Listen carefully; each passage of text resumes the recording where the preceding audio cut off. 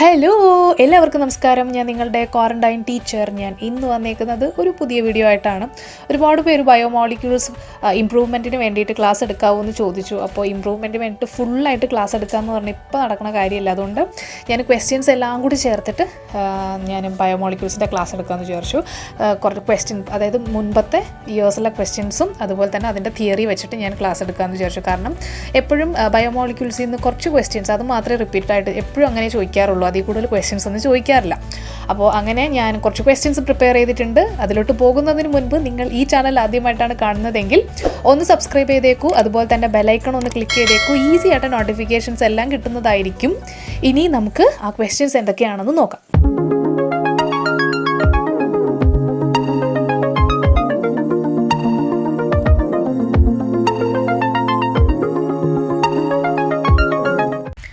അപ്പോൾ നമ്മുടെ ഫസ്റ്റ് ക്വസ്റ്റ്യനിലോട്ട് പോകാം. Building blocks of proteins are amino acid and that of polysaccharides and monosaccharides. Many polysaccharides are called homopolymers, but all proteins are known as heteropolymers. Question A. Do you agree with the above statement? Question B. Give one example for a homopolymer. അപ്പോൾ എന്താണ് നിങ്ങൾക്ക് ഈ question? നല്ലൊരു question ആണ്. അപ്പോൾ ഇവിടെ നിങ്ങൾക്ക് homopolymer, ഹെട്രോപോളിമർ എന്നുള്ളതാണ് നിങ്ങൾക്ക് അറിയേണ്ട ഒരു ടോപ്പിക് എന്ന് പറയുന്നത്.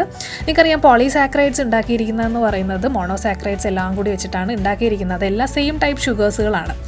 അപ്പോൾ അതുകൊണ്ട് നമ്മളതിനെ ഹോമോപോളിമേഴ്സ് എന്ന് പറയുന്നു. ഡിഫറൻ്റ് ആയിട്ടുള്ള ഗ്രൂപ്പുകളാണ് മോളിക്യൂൾസ് ആണെങ്കിൽ നമ്മളതിനെ ഹെട്രോപോളിമേഴ്സ് എന്ന് പറയുന്നു. അത്രയേ ഉള്ളൂ ഇവിടെ എഴുതി വെക്കാൻ. Yes, many polysaccharides R made up of only one type of monosaccharides. They are known as homopolymers, but all the proteins contain different type of amino acids, so they are called heteropolymers. Different ആയിട്ടുള്ള group ഉണ്ടെങ്കിൽ നമ്മളതിനെ hetero means different. അപ്പോൾ ഹെട്രോപോളിമേഴ്സ് എന്ന് പറയുന്നു. Homo means same. അപ്പോൾ same ഗ്രൂപ്പുകളാണ് എല്ലാം ഉള്ളതെങ്കിൽ നമ്മളതിനെ ഹോമോപോളിമർ എന്ന് പറയുന്നു. ഇനി നമുക്ക് ക്വസ്റ്റ്യൻ ബി എന്ന് പറയുന്നത് ഹോമോപോളിമറിന് ഒരു എക്സാമ്പിൾ ആണ് ചോദിച്ചേക്കുന്നത്. അപ്പോൾ ഹോമോപോളിമർ എന്ന് കേട്ട് കഴിഞ്ഞാൽ നിങ്ങളുടെ മനസ്സിൽ സെല്ലുലോസ് മനസ്സിൽ ഓടി വരണം കേട്ടോ. Cellulose is made up of only one type of monosaccharide, that is glucose. അപ്പോൾ ഒരു ടൈപ്പ് ഷുഗർ കൊണ്ടാണ് നമ്മുടെ ഈ സെല്ലുലോസ് ഉണ്ടാക്കിയിരിക്കുന്നത്. അപ്പോൾ ഹെട്രോപോളിമറിൻ്റെ എക്സാമ്പിൾ ആണെങ്കിലോ നിങ്ങൾ എന്ത് പറയും? കൈറ്റിനാണ് ഹെട്രോപോളിമറിൻ്റെ ഒരു എക്സാമ്പിൾ എന്ന് പറയുന്നത്. കൈറ്റിൻ ആരാന്നറിയാലോ? നമ്മുടെ ആർത്രോപോഡൊക്കെ നമ്മൾ അനിമൽ കിങ്ഡം ഒക്കെ പഠിച്ചപ്പോൾ ആർത്രോപോഡയുടെ അതിൽ പറയുന്നുണ്ട് എക്സോസ്കെലട്ടൻ എന്ന് പറഞ്ഞിട്ട്, അതായത് മിക്ക ഇൻസെക്റ്റുകളുടെയും പുറന്തോട് കൈറ്റിൻ കൊണ്ടാണ് ഉണ്ടാക്കിയിരിക്കുന്നത്. അതൊരു ഹെട്രോപോളിമർ ആണ് എന്ന് നമ്മൾ പഠിച്ചു. Next question. Observe the graph. List out the factors which influence the enzyme activity. അപ്പോൾ ഈ ഗ്രാഫ് നോക്കുക. എക്സ് ആക്സിസിൽ നിങ്ങൾക്ക് ടെമ്പറേച്ചർ കാണാൻ കഴിയും, വൈ ആക്സിസിൽ എൻസൈം ആക്ടിവിറ്റി കാണാൻ പറ്റും. അപ്പോൾ ഈ ഗ്രാഫ് പ്രോപ്പർ നമ്മുടെ NCERT നോക്കുക കേട്ടോ. ഈ ഒരു ഗ്രാഫ് പ്രോപ്പറൊന്നും അല്ല, ജസ്റ്റ് ഞാൻ ഇങ്ങനെ വരച്ച് വെച്ചതാണ്. നിങ്ങൾക്ക് കാണുമ്പോൾ മനസ്സിലാകുമല്ലോ ഏതാണ് ആ ഗ്രാഫ് എന്ന്. നിങ്ങൾക്ക് മനസ്സിലായില്ലേ? അപ്പോൾ ഒബ്സർവ് ദ ഗ്രാഫ്. അപ്പോൾ എന്താണ്? Each enzyme shows its highest activity at a particular temperature called optimum temperature. Activity declines both below and above the optimum value. അപ്പോൾ നമ്മുടെ ഈ ഗ്രാഫ് പറയുന്നത് എന്താണ്? ടെമ്പറേച്ചർ വേഴ്സസ് എൻസൈം ആക്ടിവിറ്റിയാണ് നമുക്ക് പറഞ്ഞു തരുന്നത്. അപ്പോൾ ടെമ്പറേച്ചറിൻ്റെ കാര്യം വന്നു കഴിഞ്ഞാൽ, ഗ്രാഫ് വന്നു കഴിഞ്ഞാൽ നമ്മൾ എപ്പോഴും ഒപ്റ്റിമം ടെമ്പറേച്ചറിൻ്റെ കാര്യമാണ് ഫസ്റ്റ് മെൻഷൻ ചെയ്യേണ്ടത്. അപ്പോൾ ഇതേ സെയിം ഗ്രാഫ് തന്നെയാണ് നമുക്ക് pHനെ പറ്റിയിട്ടും പഠിക്കാനുള്ളത്. അപ്പോൾ pHൻ്റെ ഗ്രാഫ് വന്നാലും ടെമ്പറേച്ചറിൻ്റെ ഗ്രാഫ് വന്നാലും നമുക്ക് സെയിം കാര്യങ്ങളാണ് പറയാനുള്ളത്. ഇതേ സംഭവം തന്നെയാണ്. അതായത് ഈ ഒപ്റ്റിമം ടെമ്പറേച്ചറിന് മുൻപോ പിൻപോ ആണെങ്കിൽ എൻസൈം ആക്ടിവിറ്റി പ്രോപ്പറായിട്ട് നടക്കത്തില്ല. നമുക്ക് അതുപോലെ തന്നെ NCERT ഒരു സെൻറ്റൻസും കൂടി പറയുന്നുണ്ട്. അതായത് ഒപ്റ്റിമം ടെമ്പറേച്ചറിൽ നിന്ന് കൂടി ഹൈ ടെമ്പറേച്ചർ ആയിക്കഴിഞ്ഞാൽ ഈ എൻസൈംസ് എന്ന് പറയുന്നത് എന്താണ്? പ്രോട്ടീൻസ് കൊണ്ടാണ് ഉണ്ടാക്കിയിരിക്കുന്നത്. അപ്പോൾ ഈ പ്രോട്ടീൻസുകളെല്ലാം ഡാമേജ് ആയി പോകും. അപ്പോൾ പ്രോട്ടീൻസ് എല്ലാം നശിക്കും, എൻസൈം ആക്ടിവിറ്റി നടക്കത്തില്ല. അപ്പോൾ ഒപ്റ്റിമം ടെമ്പറേച്ചറിനേക്കാളും കുറവാണെങ്കിൽ എന്താണ് സംഭവിക്കാൻ പോകുന്നത്? ഒപ്റ്റിമം ടെമ്പറേച്ചറിനേക്കാളും കുറവാണെങ്കിൽ നമ്മുടെ എൻസൈം ഇനാക്റ്റീവ് സ്റ്റേജിൽ പോകും. അപ്പോഴും നമ്മുടെ റിയാക്ഷൻസ് ഒന്നും നടക്കത്തില്ല. അപ്പോൾ ഒബ്സർവ് ദ ഗ്രാഫിൽ നമ്മൾ മെൻഷൻ ചെയ്യേണ്ട കാര്യങ്ങളാണ് ഞാൻ എഴുതി തന്നത്. നെക്സ്റ്റ് എന്ന് പറയുന്നത് ലിസ്റ്റ് ഔട്ട് ദ ഫാക്ടേഴ്സ്. അപ്പോൾ അതിൻ്റെ മാർക്ക് നിങ്ങൾ ശ്രദ്ധിക്കുക. നിങ്ങൾക്ക് 3 മാർക്കിൻ്റെ ക്വസ്റ്റ്യൻ ആണ് അതെങ്കിൽ നിങ്ങൾ ഒരിക്കലും ജസ്റ്റ് മെൻഷൻ ചെയ്ത് പോകരുത്. ഇപ്പോൾ pHും ടെമ്പറേച്ചറും ഒക്കെ എഴുതുമ്പോൾ നിങ്ങളതിൻ്റെ ഗ്രാഫ്സും കൂടി വരയ്ക്കുക. അതിനെ പറ്റിയിട്ട് 2 സെൻറ്റൻസും കൂടി നിങ്ങൾ എഴുതുക. കാരണം മാർക്കിനനുസരിച്ച് നിങ്ങളത് അഡ്ജസ്റ്റ് ചെയ്ത് പോകാൻ ശ്രമിക്കുക. ഇപ്പോൾ ഇത് ജസ്റ്റ് 1 മാർക്കിൻ്റെ ക്വസ്റ്റ്യൻ ആണ്. അപ്പോൾ അതുകൊണ്ട് നമുക്ക് ജസ്റ്റ് മെൻഷൻ ചെയ്ത് പോയാൽ മതി. So what are the factors? Temperature, pH, change in the substrate concentration, binding of specific chemicals that regulate the enzyme activity. ഇത്രയുമാണ് നമ്മുടെ ആ ഒരു ഫാക്ടേഴ്സ്, എൻസൈം ആക്ടിവിറ്റീനെ എഫക്റ്റ് ചെയ്യുന്ന ഫാക്ടേഴ്സ്. ഇതെല്ലാം ഞാൻ അടുത്തടുത്ത ക്വസ്റ്റ്യനുകളിൽ വിവരിക്കുന്നുണ്ട്, അതുകൊണ്ടാണ് ഇവിടെ ഞാൻ വിശദീകരിക്കാത്തത്. So the next question, the activity of the enzyme is inhibited by certain chemicals having close resemblance to the substrate in its molecular structure. Then question A, name the type of inhibition. Question B, point out a suitable example. Question C, mention the significance of this type of inhibition. അപ്പോൾ ഇതിലെ question എന്താണ്, നമ്മുടെ എൻസൈമിൻ്റെ ആക്ടിവിറ്റീനെ ചില കെമിക്കൽസിന് inhibit ചെയ്യാൻ പറ്റും. അതായത് സബ്സ്ട്രേറ്റിൻ്റെ സ്ട്രക്ചറുമായിട്ട്, molecular സ്ട്രക്ചറുമായിട്ട് similarities കാണിക്കുന്ന ചില സബ്സ്റ്റൻസ്, ചില കെമിക്കൽസിനെ എൻസൈം ആക്ടിവിറ്റീനെ ഇൻഹിബിറ്റ് ചെയ്യാൻ പറ്റും. അങ്ങനെയുള്ള ആൾക്കാരെ നമ്മൾ പറയുന്നത് എന്താണ്, ഇൻഹിബിറ്റേഴ്സ് എന്ന് പറയും. അങ്ങനെ സബ്സ്ട്രേറ്റുമായിട്ട് കോമ്പീറ്റ് ചെയ്ത് എൻസൈം ആക്ടിവിറ്റീനെ കുറയ്ക്കുന്ന ആൾക്കാരെ നമ്മൾ എന്തെന്ന് പറയും, ആ ഒരു പ്രോസസ്സിനെ എന്തെന്ന് പറയും, കോമ്പറ്റിറ്റീവ് ഇൻഹിബിഷൻ എന്ന് പറയും. എപ്പോഴും നമ്മുടെ ബോർഡ് എക്സാമുകാരുടെ ഒരു ഫേവറേറ്റ് ക്വസ്റ്റ്യൻ ആണ് കേട്ടോ ഈ ഒരു ക്വസ്റ്റ്യൻ. കോമ്പറ്റേറ്റീവ് ഇൻഹിബിഷൻ എപ്പോഴും ഒന്നെങ്കിൽ എന്താണ് കോമ്പറ്റേറ്റീവ് ഇൻഹിബിഷൻ എന്ന് ചോദിക്കും, അല്ലെങ്കിൽ അതിൻ്റെ എക്സാമ്പിൾ പറയാൻ പറയും. അപ്പോൾ നമ്മുടെ NCERT പറയുന്ന എക്സാമ്പിൾ എന്താണെന്ന് വെച്ച് കഴിഞ്ഞാൽ, ഓക്കെ, അപ്പോൾ നമ്മൾ കോമ്പറ്റേറ്റീവ് ഇൻഹിബിഷൻ ആണെന്ന് പഠിച്ചു. നെക്സ്റ്റ് അതിൻ്റെ എക്സാമ്പിൾ എന്ന് പറയുന്നത് inhibition of succinic dehydrogenase by malonate which closely resembles the substrate in its molecular structure. അതായത് നമ്മുടെ സബ്സ്ട്രേറ്റ് എന്ന് പറയുന്നത് സക്സിനേറ്റ് ആണ്. അപ്പോൾ അതിൻ്റെ അതിൻ്റെ ആ റിയാക്ഷൻ നടത്തുന്ന എൻസൈം എന്ന് പറയുന്നത് സക്സിനിക് ഡീഹൈഡ്രോജനേസ് ആണ്. അപ്പോൾ ഇവിടെ സക്സിനിക് ഡീഹൈഡ്രോജനേസിനെ ആര് വന്നിട്ട് ബ്ലോക്ക് ചെയ്യും, അതായത് മാലോണേറ്റ് വന്നിട്ട് ബ്ലോക്ക് ചെയ്യും. അങ്ങനെ കോമ്പറ്റേറ്റീവ് ഇൻഹിബിഷൻ ആണ്. അതായത് സബ്സ്ട്രേറ്റ് എന്ന് പറയുന്നത് സക്സിനേറ്റും മാലോണേറ്റും തമ്മിൽ കോമ്പീറ്റ് ചെയ്യും, അതായത് നമ്മുടെ സക്സിനിക് ഡീഹൈഡ്രോജനേസുമായിട്ട് ബൈൻഡ് ചെയ്യാൻ വേണ്ടിയിട്ട്. പക്ഷേ ആരാണ് ഇവിടെ ബൈൻഡ് ചെയ്യുന്നത്, ശരിക്കും മാലോണേറ്റ് ബൈൻഡ് ചെയ്യുന്നു. അപ്പോൾ നമ്മുടെ ശരിക്കുമുള്ള സബ്സ്ട്രേറ്റിന് ബൈൻഡ് ചെയ്യാൻ കഴിയുന്നില്ല. അങ്ങനെ നമ്മുടെ എൻസൈം ആക്ടിവിറ്റി ഇൻഹിബിറ്റ് ചെയ്യുന്നു. അതാണ് കോമ്പറ്റേറ്റീവ് ഇൻഹിബിഷൻ.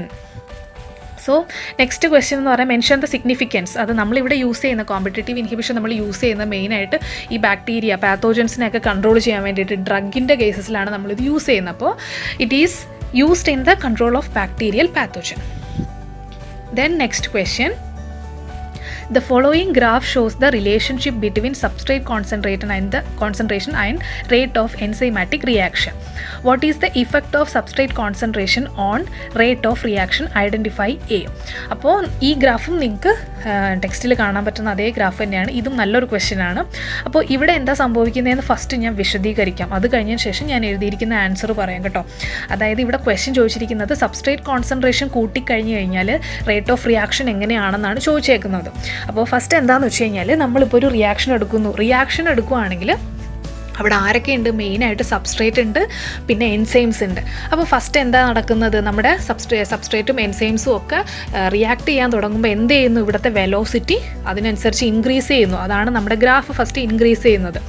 അത് കഴിഞ്ഞതിന് ശേഷം എന്ത് ചെയ്യുന്നു, നമുക്ക് ഒരുപാട് സബ്സ്ട്രേറ്റ് ആഡ് ചെയ്തുകൊണ്ടിരിക്കുകയാണ്. അപ്പോൾ ഈ സബ്സ്ട്രേറ്റുകളുണ്ട്, പക്ഷേ ഈ സബ്സ്ട്രേറ്റ് അതിനനുസരിച്ച് ബൈൻഡ് ചെയ്യാനുള്ള എൻസൈംസ് അവർക്ക് കിട്ടാതാകും. അതായത് എൻസൈംസ് എല്ലാം ഓൾറെഡി ആദ്യം ഉണ്ടായിരുന്ന സബ്സ്ട്രേറ്റുകളായിട്ട് ബൈൻഡ് ചെയ്തിരിക്കുകയാണ്. പിന്നെ ഇവിടെ എൻസൈംസുകളൊന്നും ഇല്ലാതാകും. അപ്പോൾ എന്ത് ചെയ്യും, പിന്നെ നമ്മൾ എത്ര സബ്സ്ട്രേറ്റ് ഇട്ട് കൊടുത്താലും എന്ത് ചെയ്യും, നമ്മുടെ റിയാക്ഷൻസ് പിന്നെ അങ്ങോട്ട് നടക്കത്തില്ല. കാരണം എന്താ, എൻസൈം ഇല്ല, അതാണ് കാര്യം. അപ്പോൾ സബ്സ്ട്രേറ്റിൻ്റെ ആ ഒരു ലെവൽ അങ്ങനെ തന്നെ, ആ റിയാക്ഷൻ്റെ ലെവൽ എന്ത് ചെയ്യും, അങ്ങനെ ഒരു സ്ഥിരം സ്ട്രെയിറ്റ് ലൈനായിട്ട് അങ്ങ് പോയിക്കൊണ്ടിരിക്കും.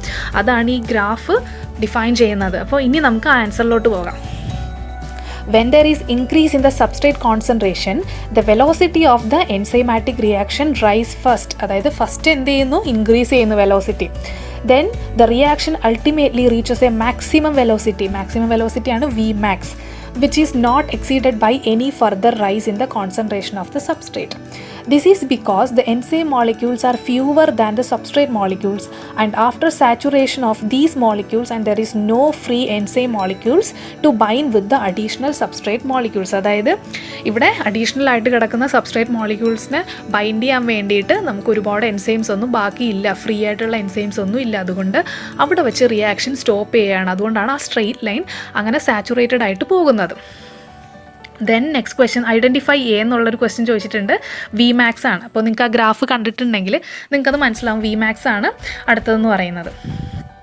Then next question, identify the class of enzyme which catalyze the following reaction. ഇത് എപ്പോഴും ചോദിക്കുന്ന ഒരു ക്വസ്റ്റ്യൻ ആണ് കേട്ടോ. ഏതെങ്കിലും 2 എക്സാമ്പിൾസ് തന്നിട്ട് നിങ്ങളുടെ അടുത്ത് പറയാൻ പറയും. അപ്പോൾ നിങ്ങൾ ആ ഫസ്റ്റ് മറ്റേ ഡീഹൈഡ്രോജനേസും അതുപോലെ ലൈഗേസസും ലയേസസും ഐസോമറൈസസും ഒക്കെ നിങ്ങൾ പഠിച്ചു വെക്കുക. കാരണം അത് നിങ്ങളുടെ അടുത്ത് ഏതെങ്കിലും അതേ ടെക്സ്റ്റ് ബുക്കിലുള്ള സെയിം ആ ഒരു ഫോർമാറ്റേ തരത്തുള്ളൂ, ആ ഒരു ഫോർമുല പോലെയൊക്കെ തരത്തുള്ളൂ. പക്ഷേ അത് നിങ്ങൾ പഠിച്ചു വെക്കുക, അത് ചോദിക്കാനുള്ള ചാൻസ് ഉണ്ട്. അതാണ്. അപ്പോൾ ഫസ്റ്റ് ഓക്സിഡേഷൻ റിഡക്ഷൻ റിയാക്ഷനാണ് തന്നിരിക്കുന്നത്. അപ്പോൾ അത് ഏതാണ്? ഓക്സിഡോ റിഡക്റ്റേസ് റിയാക്ഷനാണ് ഫസ്റ്റ് എ എന്ന് പറയുന്നത്. നെക്സ്റ്റ് ബി എന്ന് പറയുന്നത് എന്താണ്? ട്രാൻസ്ഫർ ചെയ്യുന്നതാണ്, ട്രാൻസ്ഫർ ഓഫ് ഗ്രൂപ്പാണ്. അപ്പോൾ എന്ത് പഠിക്കും? എന്താ പറയേണ്ടത്? ട്രാൻസ്ഫറേസ് എന്ന് പറയുക. അതുപോലെ തന്നെ നെക്സ്റ്റ് എന്ന് പറയുന്നത്, നെക്സ്റ്റ് ഞാൻ കാണിച്ചേക്കുന്ന ആ ഒരു റിയാക്ഷനിൽ ചെറിയൊരു വ്യത്യാസമുണ്ട്. വ്യത്യാസമല്ല, ഞാൻ ചെയ്ത തെറ്റാണ്. XY എന്നാണ് എഴുതേണ്ടത്. അതുപോലെ നമ്മുടെ റിയാക്ഷൻ പ്രോഡക്റ്റ് വരുമ്പോഴത്തേനും കാർബൺ ഡബിൾ ബോണ്ടാണ് ഇടേണ്ടത്. അതെനിക്ക് പറ്റിയ തെറ്റാണ് കേട്ടോ. കാർബൺ ഡബിൾ ബോണ്ടാണ് ഇടേണ്ടത്. അതായത് ഒരു ഗ്രൂപ്പിനെ മാറ്റി പിന്നെ അതിനുശേഷം കാർബൺ ഡബിൾ ബോണ്ട് വരുന്നുണ്ടെങ്കിൽ ആ ഒരു പ്രോസസ്സ് എന്ന് പറയുന്നത് ലയേസസ് ആണ്. ആ ഒരു എൻസൈമാറ്റിക് ആക്ടിവിറ്റി എന്ന് പറയുന്നത് ലയേസസ് ആണ്. അപ്പോൾ അതാണ് അതിൻ്റെ ആൻസർ എന്ന് പറയുന്നത്. Then next question, identify the graph. If we add more substrate after reaching Vmax, what will be the reaction in the reaction rate? ഇത് നമ്മൾ നേരത്തെ ഡിസ്കസ് ചെയ്ത ക്വസ്റ്റ്യൻ തന്നെയാണ്, പക്ഷേ അതൊരു വേറെ രീതിയിൽ അവർ ചോദിച്ചിരിക്കുന്നു എന്ന് മാത്രമേ ഉള്ളൂ. അപ്പോൾ എന്താണ്, നമ്മൾ ഇനി എത്ര സബ്സ്ട്രേറ്റ് ഇട്ട് കൊടുത്താലും നമ്മുടെ ആ ഗ്രാഫിന് ഒരു ചേഞ്ചും വരാൻ പോകുന്നില്ലല്ലേ? അത് പ്ലാറ്റ്യൂ ആണ്, സാച്ചുറേറ്റഡ് ആണ്. കാര്യം എന്താ? അവിടെ ഫ്രീ എൻസൈംസുകളൊന്നും സബ്സ്ട്രേറ്റിനെ ബൈൻഡ് ചെയ്യാനായിട്ട് ആരും അവിടെ ഇല്ല. അതുകൊണ്ട് തന്നെ ആ റിയാക്ഷൻ അവിടെ സാച്ചുറേറ്റഡ് ആണ്, സെയിം തന്നെയാണ്. അപ്പോൾ ഐഡൻറ്റിഫൈ ദ ഗിവൺ ഗ്രാഫ്. ഏതാണ് ആ graph? Effect of change in concentration of substrate on enzyme activity. നമ്മുടെ ടെക്സ്റ്റ് ബുക്കിലുള്ള അതേ സെൻറ്റൻസ് തന്നെ. Then question B ആണ്, there is no further increase in the velocity because there are no free enzyme molecules to bind with the additional substrate molecules. കഴിഞ്ഞു. Okay. Then next question, write the missing word. Amino acid protein ആണ്. അങ്ങനെയാണെങ്കിൽ nucleotide എന്താണ്?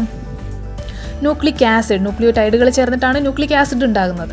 Glucose ഒരു monosaccharide ആണ്. Starch എന്ന് പറയുന്നത് എന്താണ്? ഒരു പോളിസാക്രൈഡ് ആണ്. ഒരുപാട് ഗ്ലൂക്കോസ് ചേർന്നിട്ടാണ് സ്റ്റാർച്ച് ഉണ്ടാകുന്നത്. നെക്സ്റ്റ് എന്ന് പറയുന്നത് അഡിനിൻ ആരുമായിട്ടാണ് ബൈൻഡ് ചെയ്യുന്നത്? തൈമിൻ. ഇവിടെ ഒരു കാര്യം ശ്രദ്ധിക്കുക, അഡിനിൻ എത്ര ബോണ്ടാണ് ഫോം ചെയ്യുന്നത്? തൈമിനുമായിട്ട് അഡിനിൻ ഡബിൾ ബോണ്ടാണ് ഫോം ചെയ്യുന്നത്. ഗ്വാനിൻ സൈറ്റോസിനുമായിട്ടാണ് ബോണ്ട് ചെയ്യുന്നത്. ഗ്വാനിനും സൈറ്റോസിനും തമ്മിലുള്ള ബോണ്ട് എത്രയാണ്? ട്രിപ്പിൾ ബോണ്ടാണ്. അപ്പോൾ ഇവിടെ നിങ്ങൾക്കൊരു ക്വസ്റ്റ്യൻ പ്രതീക്ഷിക്കാനുള്ളത്, പ്യൂറിൻസും പിരമിഡിൻസും എക്സാമ്പിളായിട്ട് നിങ്ങൾക്ക് ചോദിക്കാനൊരു ചാൻസ് ഉണ്ട്. ഞാനിവിടെ വന്നുകൊണ്ട് പറഞ്ഞതാണ് കേട്ടോ. അപ്പോൾ അത് എക്സാമ്പിൾ ചോദിക്കുകയാണെങ്കിൽ നിങ്ങൾ ആലോചിച്ച് വയ്ക്കുക. പിരമിഡിൻസ് ആണെങ്കിൽ കട്ട് എന്ന് ആലോചിച്ച് വയ്ക്കുക. അതായത് സൈറ്റോസിൻ, യുറാസിൽ, അതുപോലെ തന്നെ തൈമിൻ, അതാണ് കട്ടെന്ന് പഠിച്ച് വയ്ക്കുക. ബാക്കി പ്യൂറിൻസ് എന്ന് പറയുന്നത് അഡിനിൻ, തൈമിൻ രണ്ടുപേരും. ഇത്രയേ ഉള്ളൂ. ദെൻ നെക്സ്റ്റ്, അനിമൽസ് എന്ന് പറയുന്നത് ഗ്ലൈക്കോജൻ സ്റ്റോർ ചെയ്ത് വെക്കുന്നു. അങ്ങനെയാണെങ്കിൽ പ്ലാന്റ്സ് എന്ന് പറയുന്നത് എന്താണ്? സ്റ്റാർച്ച് സ്റ്റോർ ചെയ്ത് വെക്കുന്നു. Correct answer. Then what is essential amino acid and non-essential amino acid? Essential amino acid എന്ന് പറഞ്ഞു കഴിഞ്ഞാൽ നമ്മുടെ ബോഡിക്ക് നമ്മുടെ ബോഡിക്കുള്ളിൽ സിന്തസൈസ് ചെയ്ത് എടുക്കാൻ പറ്റാത്ത അമിനോ ആസിഡ്സുകളെയാണ് നമ്മൾ എസെൻഷ്യൽ അമിനോ ആസിഡ് എന്ന് പറയുന്നത്. അപ്പോൾ എന്താണ്? ബോഡിക്ക് ഇത് അത്യാവശ്യമാണ്. കാര്യം അവർ പുറത്തുനിന്ന് എടുക്കുന്നതാണ്. കാരണം അപ്പോൾ അതുകൊണ്ടാണ് നമ്മൾ അതിനെ എസെൻഷ്യൽ എന്ന് പറയുന്നത്. കാരണം ബോഡിക്ക് സ്വന്തമായിട്ട് സിന്തസൈസ് ചെയ്യാൻ പറ്റത്തില്ല. അപ്പോൾ the amino acids cannot be synthesized in the body and must be obtained through the diet are called essential amino acid. Next, non-essential amino acid. The amino acid which can be synthesized in the body are called non-essential amino acid. Okay, അത് കഴിഞ്ഞു. Next question, explain the structure of A nucleotide. അപ്പോൾ nucleotide എന്ന് പറയണമെങ്കിൽ ശരിക്കും എന്തൊക്കെയാണ് അതിനകത്ത് വേണ്ടത്? ഒരു ഫോസ്ഫറസ് ഗ്രൂപ്പ് വേണം. അതുപോലെ തന്നെ ഒരു ഫോസ്ഫറസ് മീൻസ് ഒരു ഫോസ്ഫേറ്റ് ഗ്രൂപ്പ് വേണം. അതുപോലെ തന്നെ ഒരു ഷുഗർ വേണം. ഒരു നൈട്രജൻ ബേസ് വേണം. Then next question, explain competitive inhibition with an example. ഇത് ഞാൻ ഓൾറെഡി പറഞ്ഞു തന്നു എങ്ങനെയാണ്. അപ്പോൾ ഒരു സബ്സ്ട്രേറ്റ് ഉണ്ടാവും. അതുപോലെ ആ സബ്സ്ട്രേറ്റുമായിട്ടുള്ള അതിൻ്റെ സിമിലർ സ്ട്രക്ചറുള്ള വേറൊരു മിമിക്ക് കാണിക്കുന്ന ഒരു കെമിക്കലോ അങ്ങനെ എന്തെങ്കിലും ഉണ്ടാവും. അപ്പോൾ ഇവരെന്ത് ചെയ്യും? ഇവർ രണ്ടുപേരും ഒരേ എൻസൈമിനെ ബൈൻഡ് ചെയ്യാനാണ് പോകുന്നത്. അപ്പം ആരായിരിക്കും മറ്റേ ആൾ? അതായത് മിമിക്ക് ചെയ്യുന്ന ആൾ വന്നിട്ട് കെമിക്കൽ വന്നിട്ട് നമ്മുടെ എൻസൈമിനെ ബൈൻഡ് ചെയ്യുന്നു. അപ്പോൾ എൻസൈമിനെ ബൈൻഡ് ചെയ്യുമ്പോഴത്തേനും നമ്മുടെ ശരിക്കുള്ള സബ്സ്ട്രേറ്റിനെ ബൈൻഡ് ചെയ്യാനാകുന്നില്ല. അങ്ങനെ നമ്മുടെ ആ ഒരു എൻസൈമിൻ്റെ ആക്ഷൻ എന്ത് ചെയ്യുന്നു? സ്റ്റോപ്പ് ആകുന്നു. അതാണ് ഇവിടെ കോമ്പറ്റേറ്റീവ് ഇൻഹിബിഷൻ എന്ന് പറയുന്നത്. അപ്പോൾ അത് തന്നെയാണ് same. When the inhibitor closely resembles of the substrate in molecular structure and inhibits the activity of enzyme, it is known as competitive inhibitor. Due to the structural similarity with the substrate, the inhibitor competes with the substrate binding site of the enzyme. So the substrate cannot bind to the enzyme. അവിടെ example എന്ന് പറയുന്നത് inhibition of the succinic dehydrogenase by malonate. അപ്പോൾ ഇത് ഞാൻ already വിശദീകരിച്ച് പറഞ്ഞു തന്നിട്ടുണ്ട്. Then next question, what is primary metabolite and secondary metabolite? Primary metabolites are molecules which have identifiable features and have non physiological functions. അതായത് നമ്മുടെ ബോഡിയിൽ direct അവർക്കൊരു ഫങ്ഷൻ ഉണ്ടാവും, എന്തെങ്കിലും വർക്കുകൾ അവർക്ക് ഉണ്ടാകുന്നുണ്ട്. അവരെയാണ് നമ്മൾ പ്രൈമറി മെറ്റബോളൈറ്റ്സ് എന്ന് പറയുന്നത്. അവരുടെ എക്സാമ്പിൾസ് എന്ന് പറയുന്നത് amino acids, lipids, fats, sugars എല്ലാവരും പ്രൈമറി മെറ്റബോളൈറ്റ്സ് ആൾക്കാരാണ്. സെക്കൻഡറി മെറ്റബോളൈറ്റ്സ് എന്ന് പറയുന്നത് which do not have direct role but they are useful for human welfare. അതായത് അവർക്ക് ഡയറക്റ്റ് നമ്മുടെ ബോഡിയിൽ റോൾസുകളൊന്നുമില്ല, പക്ഷേ അവർ ഹ്യൂമൻ വെൽഫെയറിന് യൂസ്ഫുൾ ആയിട്ടുള്ള ആൾക്കാരാണ് സെക്കൻഡറി മെറ്റബോളൈറ്റ്സ്. അതിൻ്റെ എക്സാമ്പിൾസ് ഒരു ടേബിൾ നമുക്ക് പറഞ്ഞിട്ടുണ്ട്. ആ ടേബിൾസ് ഇപ്പോൾ തൽക്കാലം എല്ലാം പഠിച്ചില്ലെങ്കിലും നിങ്ങൾക്ക് അറ്റ്ലീസ്റ്റ് 2 എക്സാമ്പിൾസ് എങ്കിലും പഠിച്ച് വെക്കുക. പിഗ്മെൻറ്റ്സ്, ഡ്രഗ്സ്, അതൊക്കെ ഓർത്ത് വെക്കാവുന്നതാണ്. ടോക്സിൻസ്, ആൽക്കലോയിഡ്സ്, ലെക്റ്റിൻസ് ഒക്കെ ഇതിലേതെങ്കിലും 2-3 എക്സാമ്പിൾസ് പഠിച്ച് വെക്കുക തൽക്കാലത്തേക്ക്, ഇമ്പ്രൂവ്മെൻറ്റ് എക്സാമിന് വേണ്ടിയിട്ട് മാത്രം. അപ്പോൾ ഇത്രയുമാണ്. അതുപോലെ തന്നെ എനിക്ക് നിങ്ങളടുത്ത് പറയാനുള്ള വേറൊരു കാര്യം കൂടി ഉണ്ടായിരുന്നു. നമ്മുടെ ടെക്സ്റ്റ് ബുക്കിൽ കുറച്ച് പിക്ചേഴ്സ് കാണിക്കുന്നുണ്ട്, അമിനോ ആസിഡ്സിൻ്റെ സെറൈനൊക്കെ കാണിക്കുന്നുണ്ട് അല്ലേ. അപ്പോൾ സെറൈൻ, അലനിനൊക്കെ കാണിക്കുന്നുണ്ട്. അപ്പോൾ അവരുടെ സ്ട്രക്ചേഴ്സുകളെല്ലാം കൂടി ജസ്റ്റ് ഒന്ന് നോക്കി പോകുക. കാരണം അതേ സ്ട്രക്ചേഴ്സ് നിങ്ങൾക്ക് എടുത്ത് തന്നിട്ട് ചോദിക്കാനായിട്ടുള്ള ചാൻസ് ഉണ്ട്. അപ്പോൾ ഇത്രയൊക്കെ ക്വസ്റ്റ്യൻസ് മാത്രമേ എപ്പോഴും ചോദിക്കാറുള്ളൂ. അപ്പോൾ ഇത്തവണയും അതിനെ ചോദിക്കാനുള്ള ചാൻസും ഉള്ളൂ. അപ്പോൾ ഇനി എന്തെങ്കിലും ഡൗട്ട് ഉണ്ടെങ്കിൽ നിങ്ങൾ ഈ ചാനലിൻ്റെ ഈ വീഡിയോയുടെ താഴെ കമൻറ്റ് ചെയ്തോളൂ. ഞാൻ നിങ്ങളുടെ ഡൗട്ടെല്ലാം ക്ലിയർ ചെയ്യുന്നതാണ്. അപ്പോൾ thank you so much for watching this video. By.